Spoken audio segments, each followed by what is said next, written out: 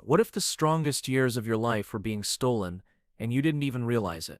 Not by disease, not by bad luck, but by something you use every single day. Something you might even be holding right now. If you're a man in your 40s or 50s, this quiet addiction is already rewiring your brain. It's changing how you think, how you feel, how you connect with others, even how you see yourself. It doesn't show up with needles or bottles. There's no intervention, no rock bottom, just a slow drift away from focus, away from purpose, away from who you used to be. And the worst part, it hides in plain sight. You check it before bed. You reach for it when you're bored. You turn to it when you're stressed. And over time, it becomes less of a tool and more of a trap. This isn't just about screen time, it's about mental fatigue, emotional burnout, damaged relationships, and a brain that's slowly losing its edge. And the men who ignore it, they pay the price in ways they never expected. In this video, we're exposing how this silent addiction is reshaping the lives of men over 40 physically, mentally, emotionally. We'll uncover 6 hidden signs your brain is already being rewired, and what you can do before it's too late. Because knowing what's happening is the first step to taking your power back. Let's get into it. It doesn't start with anything dramatic. In fact, it feels normal routine, even. You're sitting at the kitchen table, coffee in hand. You check your phone, a few notifications. You scroll through a couple of headlines, maybe glance at some photos, then open that one app you always go to when your mind wants to wander. It could be YouTube, TikTok, Instagram, or something a little more private. 10 minutes later, you realize you've forgotten what you even came there to do. You close the screen, shake it off, and move on. No big deal, right?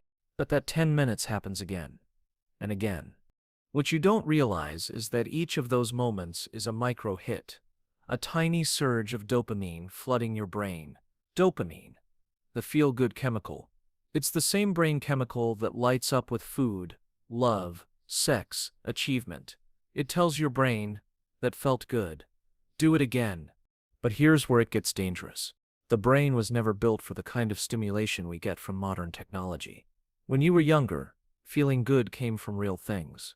A promotion, a long workout, a moment of intimacy. But now, all it takes is a swipe, a click, a scroll. Your brain starts to adapt. It doesn't want the slow wins anymore. It wants fast, cheap pleasure. And the more often you give it what it wants, the harder it becomes to feel good without it. Think of it like this. Every time you open your phone for a quick hit of distraction, whether it's videos, adult content, fantasy sports, even endless news, you're reinforcing a cycle. Cue, action. Reward. It's no different than a slot machine. And the scary part, most men don't even know they're playing. Now here's where it starts to get real. Researchers have found that consistent overstimulation, especially through apps and content designed to hijack your attention, can actually reshape the physical structure of the brain. We're talking about literal changes to your reward circuitry. Your dopamine pathways get rerouted. The parts of your brain responsible for decision-making and self-control, they start to weaken. And over time, you build up something that looks a lot like tolerance. What used to entertain you for 5 minutes now takes 15. What used to give you a slight buzz now barely registers. So you increase the dose, more content, more clicks, more hours. And before you know it, you're stuck in a cycle where nothing feels good unless it's on a screen. Let that sink in. You might still go to work, take care of your responsibilities, smile and nod when your spouse is talking. But inside, the thrill is gone. The spark, it's getting dimmer. The motivation to pursue goals, the clarity to solve problems, the desire to connect deeply, it all starts to fade. Not because of age, not because of stress, but because your brain is now conditioned to chase shallow hits instead of deep satisfaction. One study out of Cambridge actually found that men with high exposure to fast digital stimuli, especially visual adult content, had reduced activity in the prefrontal cortex, the area of the brain responsible for reasoning, planning, and restraint. That's the part of your mind that says, put the phone down, go for a walk, call your kid, work on that side project. But when dopamine becomes your default, that voice gets quieter. And it's not just about what you're doing, it's about what you're not doing anymore. You're not bored enough to think clearly. You're not uncomfortable enough to grow. You're not present enough to really experience anything. Every moment of stillness has become an opportunity to escape. You wake up and check your phone before your feet hit the ground. You scroll while you eat. You scroll when you're supposed to be watching TV. You scroll in the bathroom, in bed, while listening to someone talk. And you tell yourself it's harmless. But deep down, you feel it. The fog, the lack of energy, the missing edge. It's easy to write off. I'm just tired. Work's been stressful. But what if it's not just stress? What if your brain is literally being rewired to crave instant rewards, and in the process forgetting how to function without them? You might not feel addicted. That's what makes it so dangerous. This isn't the kind of addiction that ruins your life overnight. It doesn't scream. It whispers. Slowly, quietly, while you're busy living your life. And here's the twist. You don't have to be on your phone all day to be affected. Even a few harmless check-ins throughout the day can keep your brain locked in that dopamine loop. It's not about how much time you spend.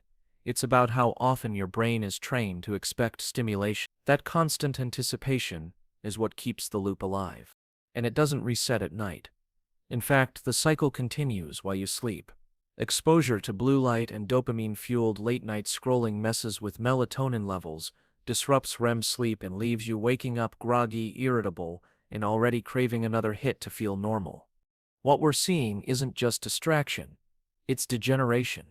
Not of morals or culture, but of mental strength, emotional energy, and deep internal peace. The kind of peace you used to have before the noise got this loud.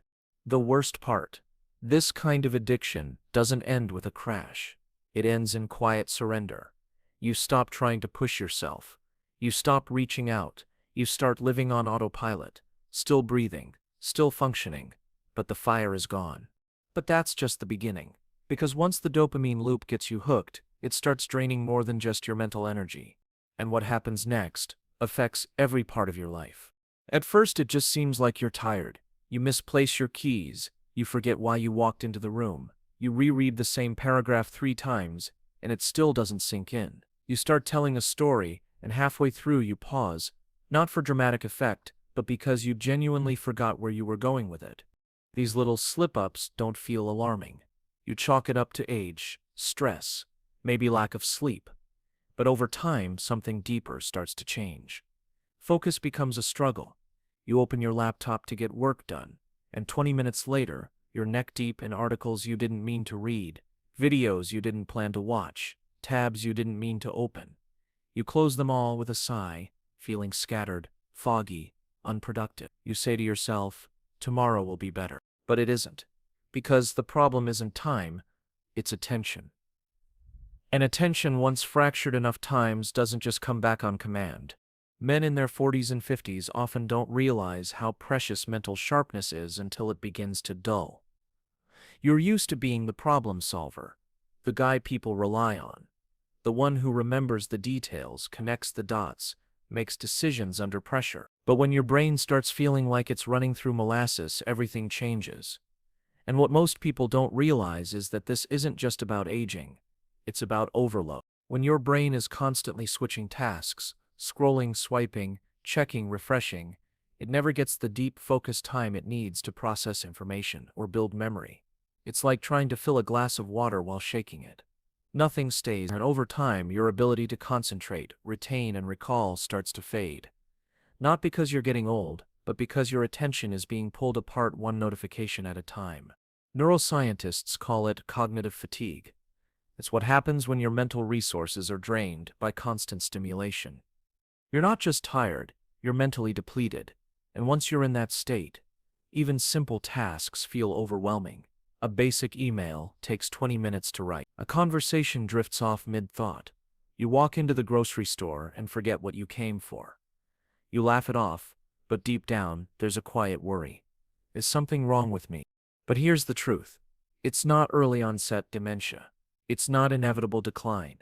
It's your brain reacting to a lifestyle it was never designed for. A life where quiet is rare, where boredom is the enemy, where stimulation is available and the brain, desperate to adapt, starts rewiring itself not for depth, but for speed, not for comprehension, but for reaction. Studies have shown that people who multitask heavily with digital media, especially men, tend to score lower on tests of working memory, attention span, and long-term recall. Their brains show reduced activity in areas responsible for deep focus, and the scary part, many of them don't even notice it happening until the effects show up in real life. It starts with little things. Struggling to remember a password, forgetting a friend's birthday, finding it harder to finish a book. But then it starts to affect bigger areas: your job, your relationships, your self-image. You zone out during meetings. You lose track of important details. You feel less sharp, less reliable, less you. And this fog doesn't lift just because you want it to. In fact, the more you try to push through, the worse it gets. Because your brain isn't tired from working. It's tired from switching. Switching from screen to screen, app to app, thought to thought. And every time you give in to that impulse to check, scroll, respond, or refresh, you reinforce the wiring that makes distraction feel normal and focus feel impossible. Even when you're not actively on your phone, your brain still expects it. It waits for that next buzz, that next ping, that next flash of dopamine. And when it doesn't come, it creates a kind of withdrawal. You feel restless, agitated, scattered. That's not just impatience, it's chemical. But the most dangerous part of all this isn't the memory loss. It's the mental numbness. The lack of clarity. The slow erosion of the ability to think deeply, critically, creatively. Because as your brain becomes more reactive and less reflective, you stop engaging with life in a meaningful way. You start skimming everything: conversations, books, decisions, even your own thoughts. You lose your edge.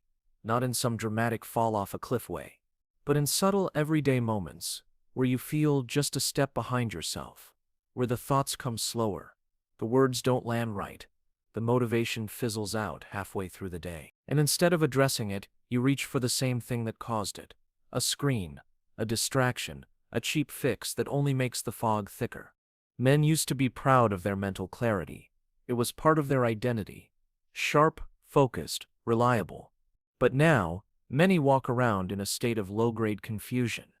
Not because they're weak, not because they're broken, but because they're overloaded, because they've spent years giving their brain no time to reset, no space to breathe. And here's the kicker: the brain can bounce back. It's plastic, it adapts. But it needs something it's not getting: silence, boredom, real rest, real engagement. Without those, the fog stays. The sharpness fades. And what you're left with is a version of yourself that you don't fully recognize. If any of this feels familiar, you're not alone, and you're not doomed. But pretending it's just how life is now is the quickest way to let the fog take over. Because once the sharpness is gone, it takes more than a to-do list to get it back. And as you'll see in the next section, this isn't just about how you think, it's about how you feel. Because when your brain starts to slow, your emotions start to unravel. And the consequences run deeper than most people are ready for. By the time most men recognize that something's wrong, it's no longer about memory or productivity, it's about emotion. They're not just distracted anymore, they're disconnected, on edge, numb. And often they can't explain why. You might feel it as a low, constant tension in your chest. You wake up already behind. You go through your day with a sense that something's off, but you can't quite put your finger on it. Little things start to bother you more than they should. The noise, the interruptions, the demands. Suddenly they all feel like too much. Your fuse shortens. Your patience wears thin. And beneath all of it, there's this quiet exhaustion you can't shake. It's not physical. You're not sick. You're just tired of everything. Unmotivated. Drained. And no matter how much you sleep or how many breaks you take, you never feel fully recovered. This is emotional burnout. And it hits harder than most men expect, especially in their 40s and 50s when responsibilities are high, expectations are heavy, and silence has become a rare luxury. The cause. It's not always what you'd think. Sure, work pressure and family stress play a role. But more often than not, the emotional drain comes from something quieter: constant stimulation with no restoration. Every notification, every scroll, every headline, every like, every swipe. It all adds up. You're feeding your brain noise, not nourishment. and the result is a mind that's overstimulated but underfed. Emotionally, that creates a strange paradox. You're surrounded by information, yet starving for meaning. You're constantly connected, but feel increasingly alone. You're being entertained, but you're not being fulfilled. And eventually, that gap between input and impact turns into anxiety. Not the kind that makes you hyperventilate or panic, though for some it can go that far. This kind of anxiety is quieter, subtler. It's the restless scrolling at 2 a.m. when you can't sleep. It's the unease you feel when there's nothing to do, when your phone's dead, or you're stuck waiting in line. It's the way your mind constantly drifts to worst-case scenarios, the way you catastrophize small problems, the way silence starts to feel threatening instead of calming. This is what happens when your nervous system is on high alert all the time. Every time you react to a ping, a buzz, a comment, a headline, your brain activates its stress response, even if just a little. Multiply that by dozens of times per day, every single day. And what you've got is a brain that never fully comes down. You stay in a low-grade fight-or-flight state, and over time that wears you out emotionally. You're more irritable, more impatient, more cynical. You lose your ability to be present in conversations. You stop laughing as much. Joy feels muted. Peace feels unreachable. And when people ask what's wrong, you don't even know what to say, because nothing's really wrong. But nothing feels quite right either. This is the emotional toll of a brain stuck in stimulation mode. It's not that you're broken, it's that you're burned out, and you've been burned out for so long it feels normal. And for many men, this is where emotional avoidance sets in. You stop trying to fix the feeling, you just try to escape it. More scrolling, more distractions, more content. And if that doesn't work, maybe a drink, or two, anything to shut it off, even for a few hours. But it doesn't shut off, because the real damage isn't in the moment, it's in the habit, it's in the constant repetition of checking out instead of checking in. And slowly, you lose touch with yourself. You forget what you enjoy, you forget what excites you. You stop dreaming, stop planning, stop pursuing. Life becomes something to get through, not something to experience. This is how emotional numbness creeps in. You're not sad, you're not angry, you're just flat. The highs don't feel that high anymore. The wins don't feel worth celebrating. Even your relationships start to feel like routines instead of real connections. And when someone asks how you're feeling, "I'm fine" is all you can muster, because honestly, you're not sure what you're feeling anymore. For some men, this turns into depression. For others, it looks like chronic anxiety. And for many, it simply manifests as disengagement, pulling away from the things that used to matter. The gym, the date nights, the morning walks, the weekend projects, all replaced with screens, passive consumption, and a kind of emotional autopilot that feels safe, but empty. And it's important to understand, this isn't weakness, it's not failure, it's biology. The human brain was designed to process emotions slowly, intentionally. But technology has taught us to skip that part, to swipe away discomfort, to scroll past boredom, to mute hard feelings instead of facing them. And over time, that habit of avoidance becomes emotional atrophy. You stop feeling deeply, not just pain but joy too. But there's one more layer here that most men don't talk about: the shame. You feel like you should be stronger, more disciplined, more in control. You wonder why you can't snap out of it. You see other people thriving and assume something must be wrong with you. So instead of talking about it, you retreat, you fake the smile, you keep scrolling, you keep pretending everything's fine while quietly unraveling inside. But you're not alone, and you're not past saving. Because here's the truth: the mind can heal, the emotions can return, but only if you're willing to step back from the noise, to recognize the cost of constant stimulation, to give yourself permission to feel again, even when it's uncomfortable. Because if you don't, the disconnection spreads, not just inside you, but between you and the people you love. And what that looks like in a relationship, that's something we'll unpack next. Because when emotional burnout takes hold, it doesn't stay hidden forever. Sooner or later, the people closest to you start to feel it too, and the consequences go far beyond your screen. You can lie to your schedule, you can lie to your coworkers, your family, even yourself. But there's one thing you can't lie to: your body. It always knows, and it always keeps score. What starts in your mind, the distraction, the fatigue, the emotional numbness, eventually shows up in your muscles, your posture, your sleep, your face. The body is the final messenger. And by the time it starts raising alarms, the damage is already underway. Men in their 40s and 50s often pride themselves on being tough. Push through the stress, work the long hours, don't complain. But while you're keeping it together on the outside, your body is breaking down in ways that are easy to ignore until they're not. You wake up and your back is stiff. Your neck feels locked. Your eyes are dry. There's a dull ache behind your head that wasn't there 10 years ago. Your energy, gone by mid-afternoon. You chalk it up to age, or the weather, or maybe just a bad night's sleep. But deep down, you know it's more than that. Because this isn't just getting older, it's the physical fallout of overstimulation and under-recovery. It's what happens when your mind is in overdrive and your body never gets the chance to reset. Let's start with the obvious one. Posture. Look around any office, coffee shop, or living room, and you'll see it. Heads tilted forward, shoulders hunched, eyes locked onto tiny glowing screens. This isn't how the body was meant to sit, but we sit like this for hours every single day. And over time, your neck starts to curve, your spine starts to compress, your chest tightens, your breathing gets shallower. This is what doctors are now calling tech neck and digital hunch, terms that sound harmless, but the long-term effects aren't. Poor posture doesn't just make you look older, it actually ages you. It restricts blood flow, compresses nerves, weakens your core, and throws off your body's natural alignment. And with that comes pain, low back pain, tension headaches, tight hamstrings, frozen shoulders. You're not just tired, you're physically trapped in a body that's adapting to a life you were never designed to live. But it goes deeper, because it's not just how you sit, it's how you move. Or more accurately, how you don't move. The more time you spend locked into screens, the less time you spend being active. And the shift is so gradual, you don't notice it happening. You tell yourself you're resting after a long day. You say you'll work out tomorrow.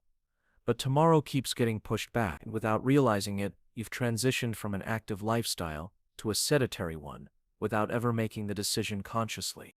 And the consequences, they're immediate and long-term. Your metabolism slows, your muscles shrink, your joints stiffen. You start to put on weight in the worst places, around the midsection, where it's most dangerous for your heart. You feel sluggish, your reflexes dull, your testosterone dips, you get winded faster. Sleep feels less restorative. And what's worse, none of it feels alarming enough to stop, because it doesn't happen all at once. It sneaks up on you. And then there's the one nobody wants to talk about. Sleep. The foundation of every repair system in your body. You need sleep to think clearly, to regulate hormones, to reduce inflammation, to keep your heart healthy, your immune system strong, your memory intact. But technology has stolen sleep from millions of men, and they don't even realize it. Blue light from screens blocks melatonin, the hormone that tells your body it's time to rest. Every time you stare at your phone before bed, you're pushing your natural clock further out of sync. But it's not just the light, it's the stimulation, the arguments in comment sections, the reels, the videos, the scrolling. Your mind stays active long after the screen turns off, and by the time you fall asleep, you're not actually resting, you're crashing. That's why so many men wake up tired, even after 8 hours, because it's not just about how long you sleep. It's about how well an overstimulation before bed destroys deep sleep, disrupts REM cycles, and leaves you stuck in the shallow stages where recovery never really happens. Now let's talk about hormones. When your sleep is poor, your movement is low, and your stress is high, your hormonal balance takes a hit. Testosterone levels drop. Cortisol, the stress hormone, goes up. Insulin sensitivity gets worse, increasing your risk for type 2 diabetes. Your libido weakens, your mood becomes unstable, and your energy fluctuates wildly. Sometimes you're wired, other times you crash without warning. Sound familiar? This isn't about laziness. It's not weakness. It's not dad bod. It's a physiological response to a lifestyle that overfeeds your mind and starves your body. And if you're thinking, well, I don't use my phone that much, ask yourself this. When was the last time you went a full hour without looking at a screen? A full afternoon without checking in? When was the last time you sat in stillness, moved your body intentionally, and fell asleep without a phone in the room? Most men can't remember. And that's the problem. Because the moment your physical health starts to decline, everything else becomes harder. You feel less confident, less capable. You lose your drive. You withdraw. You tell yourself you'll fix it when things calm down. But they never do, because quiet addictions don't announce themselves. They build slowly. They hide behind routines. They dress themselves up as harmless. But your body knows the truth. And if you don't listen to it now, it'll start speaking louder. Through chronic pain, through poor sleep, through low energy, through serious health scares that could have been prevented with something as simple as unplugging and moving. And if all of that wasn't enough, what happens next is where things get personal. Because when the body starts falling apart, the first place the damage shows up, often silently, is in your closest relationships. And the toll it takes there, that's where many men finally wake up. Sometimes too late. At some point, the effects of this quiet addiction stop being private. They stop being something you carry alone. Because eventually the way you think, feel, and act begins to change how you connect with the people who love you most. And for a lot of men, the first time they realize something's really wrong isn't when they lose sleep or energy. It's when they start losing connection. You don't mean to pull away. It's not a conscious decision. It just happens. Little by little. You stop engaging. You stop initiating. You stop showing up emotionally. You're still there. You go to work, you eat dinner, you nod when someone talks, but you're not fully present. The spark's gone from your eyes, and the warmth has faded from your voice. And the people around you notice even if you think they don't. Maybe your partner stops asking for help because they know you're checked out. Maybe your kids stop coming to you with problems because they sense you're distracted. Maybe conversations feel shorter, colder, less alive, and when the silence starts to grow, it feels easier to retreat into your device than to figure out how to close the gap. This is the kind of damage that doesn't explode, it erodes. Slowly. Quietly. Like water dripping through stone. At first, it looks like harmless habits. You're tired, so you scroll a little longer before bed. You feel overwhelmed, so you spend a little more time watching videos. You want to unwind, so you tune out the world and just relax. But what you're really doing is numbing out. And every time you choose the screen over the connection, the distance grows. You stop asking how your partner's day went. You stop noticing their mood shifts. You stop being curious, affectionate, responsive. And slowly, they stop expecting you to be. The relationship turns into something functional. A shared space, a shared schedule. But the emotional bond starts to dry up. And nobody ever says it out loud, but both of you feel it. The loneliness, the resentment, the sense that something important is fading, and neither of you knows how to get it back. This happens to more men than you think.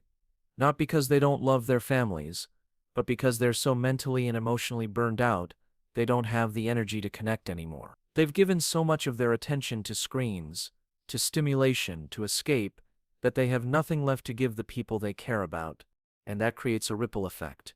Your partner starts to feel like they're not seen anymore, like they're competing with your phone for attention.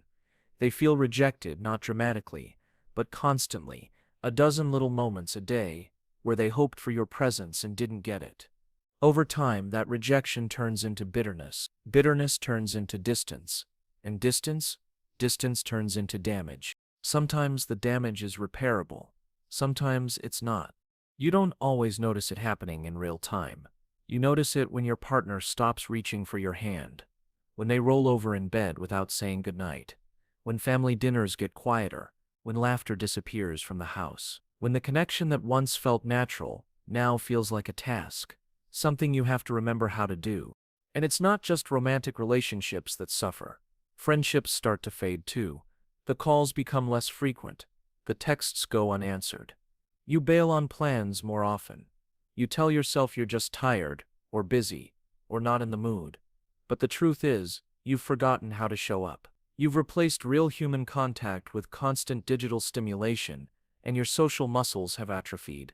Even your relationship with your kids, if you have them, can change in ways that are painful to admit.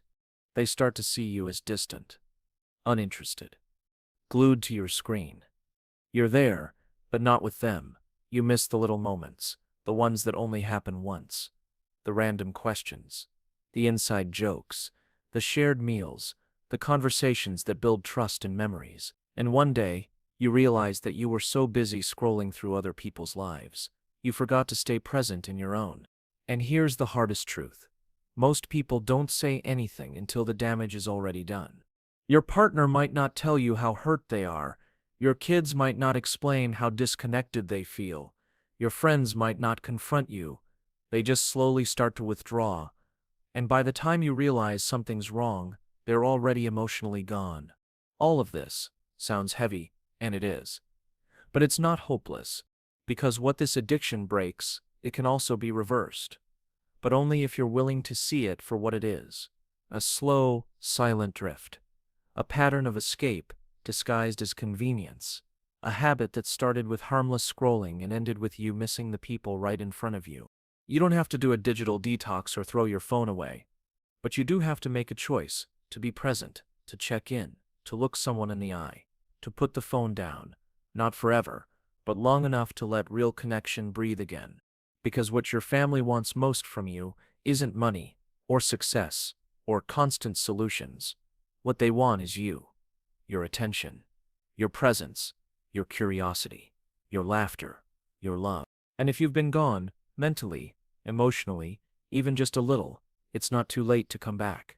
But don't wait, because once the damage reaches a certain depth, even love can struggle to bridge the distance. And speaking of deep impact, what if the very brain chemistry driving all of this isn't just making you distant, but making it nearly impossible to break the cycle? Because what happens in your brain after years of this addiction is the most disturbing part of all. And that's what we'll explore in the next section. By now, you've heard the signs. The foggy memory, the emotional numbness, the physical decline, the cracks in your relationships. But there's one final piece to this puzzle that brings all of it together. And it's not just disturbing, it's irreversible for some. Because when a quiet addiction rewires your life, it doesn't stop at your habits. It rewires your brain. And that's not a metaphor. We're talking about literal physical changes to the way your brain works. The longer you feed this addiction, whether it's scrolling, endless media, adult content, or even just compulsive phone use, the deeper these patterns go. And eventually, they don't just influence your behavior, they define it. Think of your brain like a trail in the woods. Every time you take the same path, it gets clearer, easier, more automatic. At first it's just one or two footprints, but walk it enough times, and it becomes the only path you see. The brush around it grows thicker, the alternatives disappear. That's what happens with the reward circuitry in your brain. When you're constantly hitting that dopamine button through fast-paced entertainment, visual stimulation, or even endless novelty, your brain starts to prioritize those paths. It decides, this is the fastest way to feel good. So it reinforces it, again and again.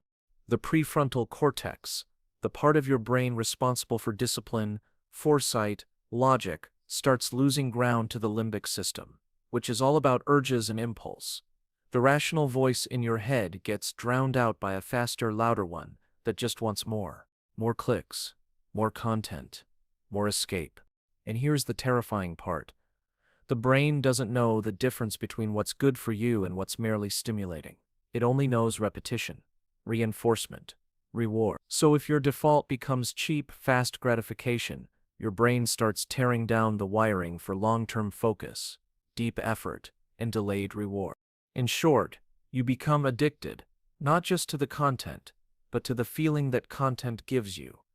And anything that doesn't give you that hit, real conversation, real work, even real intimacy, starts to feel dull, uninteresting, too hard. This is why men in their 40s and 50s, who seem totally functional on the outside, can feel completely unmotivated on the inside. Why goals that once mattered now feel out of reach. Why nothing seems to click the way it used to. They're not lazy. Their brain has just adapted to a different kind of reward system. You stop pursuing deep goals, because deep goals require sustained attention, and your brain isn't wired for that anymore. You start giving up on difficult conversations because they require patience and your circuits are tuned for speed, not substance. You avoid boredom like it's poison because silence has become painful. You feel like you're living life with the volume turned down. Even worse, the more this rewiring happens, the more your baseline changes. Before, a simple walk in nature could calm you. Now it bores you. Before, a conversation with your spouse was energizing. Now you're distracted, half listening, mentally elsewhere. You're not just chasing dopamine, you've forgotten how to experience anything without it. And this isn't a just stop doing it kind of problem, because your brain doesn't want to stop. It's been conditioned, hardwired. This is what makes the quiet addiction so difficult to escape. There's no withdrawal like a substance. No dramatic crash, just a quiet resistance to anything that feels slow, real, or ordinary. And if you're thinking, well, I'm not that bad, remember this. Brain plasticity doesn't care about how extreme your habits are. It responds to consistency. Even moderate levels of constant stimulation can start creating long-term changes, especially when you're not doing anything to balance it out. Over time, your stress response system becomes more sensitive. Your emotional regulation gets worse. You react faster. You recover slower. It becomes harder to think clearly under pressure. Harder to find joy in small things. Harder to be present with people who matter. All because your brain has been gradually pulled away from real life and hooked on artificial highs. This is why some men reach their 50s and feel like strangers to themselves. They don't recognize their habits, their reactions, their thoughts.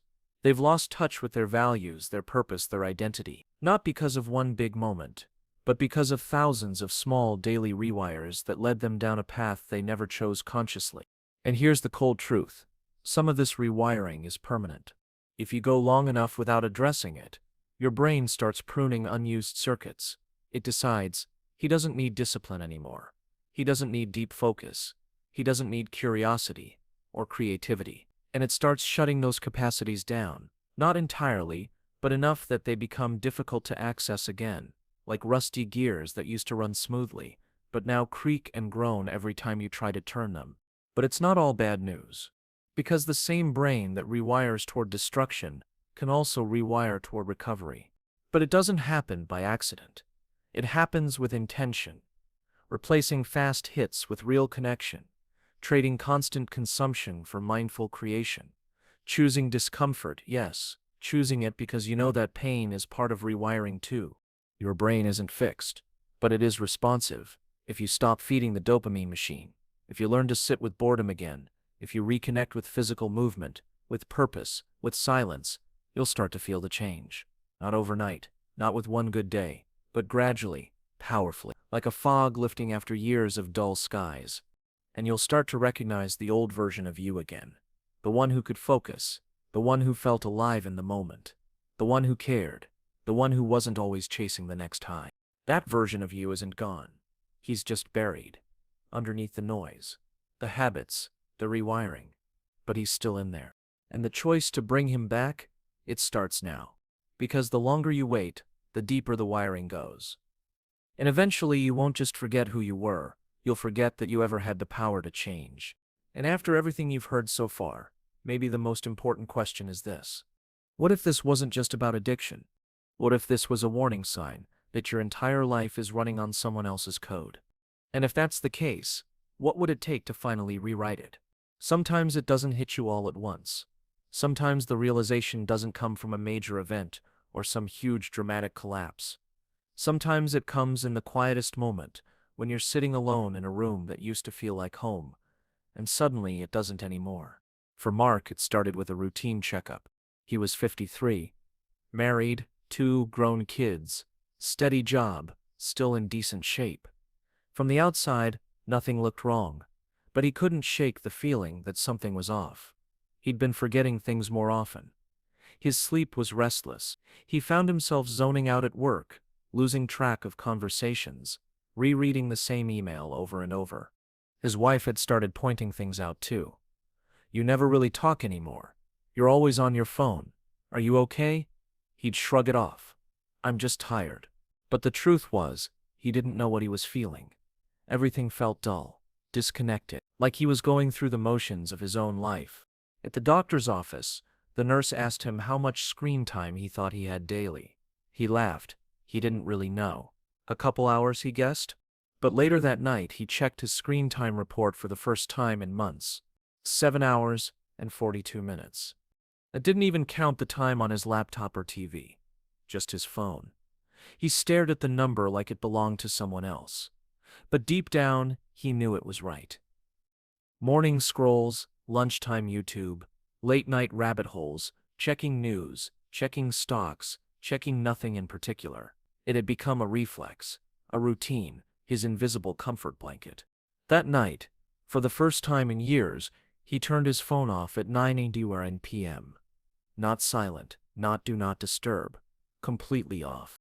And for the first time in a long time, the silence hit him like a wall. He sat in bed, restless. His hands twitched, his brain screamed for something to do. His fingers reached for the screen that wasn't there. And in that space, with nothing to distract him, the truth started to show up. Not in words, just in weight. A heaviness he hadn't noticed while running from it. The next morning, he wrote something in his notebook. Just one sentence. I don't want to live like this anymore. It wasn't dramatic. It wasn't a breakdown. It was a whisper of clarity. A moment where everything clicked. Because he realized this wasn't just about technology. It was about ownership. Somewhere along the way, he'd stopped owning his life. He'd outsourced his attention, his emotions, his thoughts, to something that never gave anything back. And once he saw it, he couldn't unsee it. He didn't delete everything overnight. He didn't go live in the woods or trade his smartphone for a flip phone. He started small. But he started with intention. He stopped using his phone during meals. Started walking again without headphones. He began leaving his phone in another room when spending time with his wife. The first few days were awkward. Empty. He felt like a part of his brain was still buzzing, like it didn't know how to slow down. But then something strange happened. The world started to come back into focus. He noticed how his coffee actually tasted, how the morning air smelled different after rain. He started hearing his wife's full sentences, not just the last few words. He started remembering things without setting a reminder. His thoughts became clearer, less foggy. He didn't feel on all the time, but he felt more alive. After 2 weeks, he realized he hadn't watched a single video past midnight. Not because he forced himself, but because he didn't feel the need to. One night, his daughter called just to chat. Not because something was wrong, not because she needed help, just to talk. She said, "You seem different lately, Dad. I don't know what it is, but I like it." That hit him harder than anything else. Because the truth is, the people around you can feel when you're not really there, when your attention is fractured, when your presence is conditional. And they can also feel when you come back. That's what this is really about. It's not about quitting phones or technology. It's not about demonizing social media or blaming your job. It's about recognizing when you've handed over too much of your life and deciding to take it back piece by piece. And maybe your wake-up moment won't come at the doctor's office. Maybe it'll come during a fight with your spouse, or a moment of silence in a crowded room, or the day your kid says, "You never really listen," or when you look in the mirror and realize the spark in your eyes is gone. Or maybe it'll come quietly, like it did for Mark. A number on a screen, a night without noise, a whisper of truth you can't ignore anymore. Whatever it is, don't brush it off. Because that wake-up moment, that's a gift. That's your shot to shift the story, to pull yourself out before the wiring becomes permanent, before the disconnection becomes your default setting, before you lose more than just time, you lose yourself. And yes, it will be uncomfortable. Relearning how to sit in silence, rebuilding real focus, reconnecting with people. But discomfort is not the enemy. Distraction is. If you're still watching this video, maybe this is your wake-up call. Maybe this is the moment you write down your own sentence. The one that starts your return, not just to better habits, but to a life that actually feels like yours again. Because the truth is, the most dangerous addiction isn't the one that ruins your life overnight. It's the one that steals it inch by inch, while you convince yourself everything's fine. And once you see it for what it is, you have a choice. Keep scrolling, or wake up.